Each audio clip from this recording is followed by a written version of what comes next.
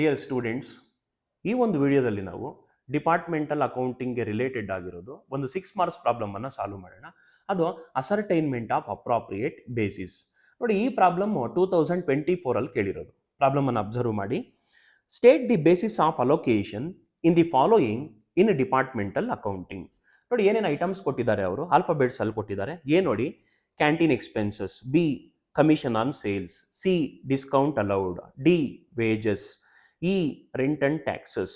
F, advertisement. G, repairs on machinery. H, bad debts. ನೋಡಿ, ಈಗ ಇಲ್ಲಿ ಕಾಣಿಸ್ತಾ ಇರೋ ಎಕ್ಸ್ಪೆನ್ಸಸ್ಗೆ ನಾವೇನು ಮಾಡಬೇಕು, ಅಪ್ರಾಪ್ರಿಯೇಟ್ ಬೇಸಿಸ್ ಅನ್ನು ನಾವೀಗ ಟ್ರೇಸ್ ಔಟ್ ಮಾಡಬೇಕು. ಫಸ್ಟ್ ನಾವೇನು ಮಾಡೋಣ, 3 ಕಾಲಮ್ಸ್ ಆಗಿ ಡಿವೈಡ್ ಮಾಡ್ಕೊಳ್ಳೋಣ. ಸೀರಿಯಲ್ ನಂಬರ್, ಐಟಮ್ಸ್ ಏನು ಕೊಟ್ಟಿದ್ದಾರೆ ಅದನ್ನು ಬರ್ಕೋಬೇಕು. ನೆಕ್ಸ್ಟ್ ಬೇಸಿಸ್ ಆಫ್ ಅಲೋಕೇಶನ್, ಅದಕ್ಕೆ ಅಪ್ರಾಪ್ರಿಯೇಟ್ ಬೇಸಿಸ್ ಅನ್ನು ಇಲ್ಲಿ ನಾವು ಮೆನ್ಷನ್ ಮಾಡೋಣ. ಈಗ ಫಸ್ಟ್ ಒನ್ ಏನಿದೆಯಪ್ಪ ಅಂದರೆ ಕ್ಯಾಂಟೀನ್ ಎಕ್ಸ್ಪೆನ್ಸಸ್ ಇದೆ. ಯಾರಿಗೆ ಕೊಡ್ತೀವಿ ನಾವು ಕ್ಯಾಂಟೀನ್ ಎಕ್ಸ್ಪೆನ್ಸಸ್ ಅನ್ನು? ವರ್ಕರ್ಸ್ಗೆ ಕೊಡ್ತೀವಿ. ಹಾಗಾದರೆ ಅದು ಡಿಪಾರ್ಟ್ಮೆಂಟ್ ವೈಸ್ ಡಿವೈಡ್ ಮಾಡಬೇಕು ಅಂತಂದರೆ ಯಾವ್ಯಾವ ಡಿಪಾರ್ಟ್ಮೆಂಟಲ್ಲಿ ಎಷ್ಟೆಷ್ಟು ಜನ ವರ್ಕರ್ಸ್ ಇದ್ದರೂ ಅದು ನಮಗೆ ಬೇಕಾಗುತ್ತೆ. ಹಾಗಾದರೆ ಅದಕ್ಕೆ appropriate basis number of workers.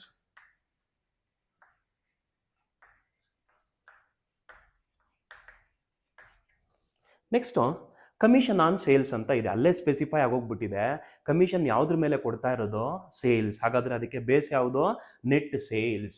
Ratio of net sales. Next discount allowed ಇದೆ. ಯಾವ ಟೈಮಲ್ಲಿ ನೀವು ಡಿಸ್ಕೌಂಟನ್ನು ಅಲೋ ಮಾಡ್ತೀರಾ? ಯಾರಿಗೆ ಅಲೋ ಮಾಡ್ತೀರಾ? ಇದನ್ನು ಕಸ್ಟಮರ್ಸ್ಗೆ ಅಲೋ ಮಾಡ್ತಾರೆ. ಅರ್ಥ ಆಗ್ತಾ ಇದೆ? ಹೇಳ್ತಾರೆ. ಯಾವ ಟೈಮಲ್ಲಿ? ಸೇಲ್ಸ್ ಮಾಡೋ ಟೈಮಲ್ಲಿ. ಹಾಗಾದರೆ ಇದಕ್ಕೆ appropriate basis net sales. Ratio of net sales. Next wages ಇದೆ. ಯಾರು ಕೊಡ್ತೀವಿ ವೇಜಸ್ಸನ್ನು? ಲೇಬರ್ಸ್ಗೆ ಕೊಡ್ತೀವಿ. ಯಾವ್ಯಾವ ಡಿಪಾರ್ಟ್ಮೆಂಟಲ್ಲಿ ಎಷ್ಟು ಜನ ಲೇಬರ್ಸ್ ಇರ್ತಾರೋ ಅಷ್ಟು ವೇಜಸ್ಸನ್ನು ನಾವೇನು ಮಾಡಬೇಕು? ಪೇಮೆಂಟ್ ಮಾಡಬೇಕಾಗುತ್ತೆ. ಹಾಗಾದರೆ ಅದಕ್ಕೂ ಕೂಡ ನಾವೇನು ತಗೊಳ್ತೀವಿ ಅಂತಂದರೆ ನಂಬರ್ ಆಫ್ ವರ್ಕರ್ಸ್. ಎಗೂ ಅದೇ ತೊಗೊಂಡಿದ್ದೀನಿ. ಈಗ ಡಿಗೂ ಅದೇ ತಗೊಳ್ತಾ ಇದ್ದೀನಿ, number of workers. Next rent and taxes. ಏನಕ್ಕೆ ಕೊಡ್ತೀವಿ ನಾವು ರೆಂಟನ್ನು? ಬಿಲ್ಡಿಂಗ್ಸನ್ನು ಯೂಸ್ ಮಾಡ್ಕೊಳ್ತಾ ಇರ್ತೀವಲ್ಲ ಅದಕ್ಕೆ. ಹಾಗಾದರೆ ಯಾವ್ಯಾವ ಡಿಪಾರ್ಟ್ಮೆಂಟ್ ಎಷ್ಟು ಏರಿಯಾವನ್ನು ಆಕ್ಯುಪೈಡ್ ಮಾಡ್ಕೊಂಡಿರುತ್ತೆ, ಎಷ್ಟು ಫ್ಲೋರ್ಸನ್ನು ಆಕ್ಯುಪೈ ಮಾಡ್ಕೊಂಡಿರುತ್ತೆ, ಅದ್ರ ಬೇಸ್ ಮೇಲೆ ನಾವು ರೆಂಟನ್ನು ಪೇಮೆಂಟ್ ಮಾಡ್ತೀವಿ. ಹಾಗಾದರೆ ರೆಂಟ್ ಡಿವೈಡ್ ಆಗಬೇಕು ಅಂದರೆ ಫ್ಲೋರ್ ಸ್ಪೇಸ್ ಆಕ್ಯುಪೈಡ್ ಬೇಕು. Ratio of floor space occupied or area occupied ಅಂತ ಬೇಕಾದರೂ ಬರೀರಿ. Next advertisement. ಯಾವಾಗ ಕೊಡ್ತೀವಿ ನಾವು ಅಡ್ವರ್ಟೈಸ್ಮೆಂಟನ್ನು? ಗೂಡ್ಸ್ ಆ್ಯಂಡ್ ಸರ್ವಿಸಸನ್ನು ನಾವು ಸೇಲ್ ಮಾಡಬೇಕಾದ್ರೆ ಅಡ್ವರ್ಟೈಸ್ಮೆಂಟ್ಸನ್ನು ನಾವು ಕೊಡ್ತೀವಿ. Sales, net sales. Next repairs on machinery. Value of ಮೆಷಿನರಿಯನ್ನು ನಾವು ತಗೋಬೇಕಾಗುತ್ತೆ. ಯಾವ್ಯಾವ ಡಿಪಾರ್ಟ್ಮೆಂಟ್ಗೆ ಎಷ್ಟಿದೆ ವ್ಯಾಲ್ಯೂ ಅಂತ.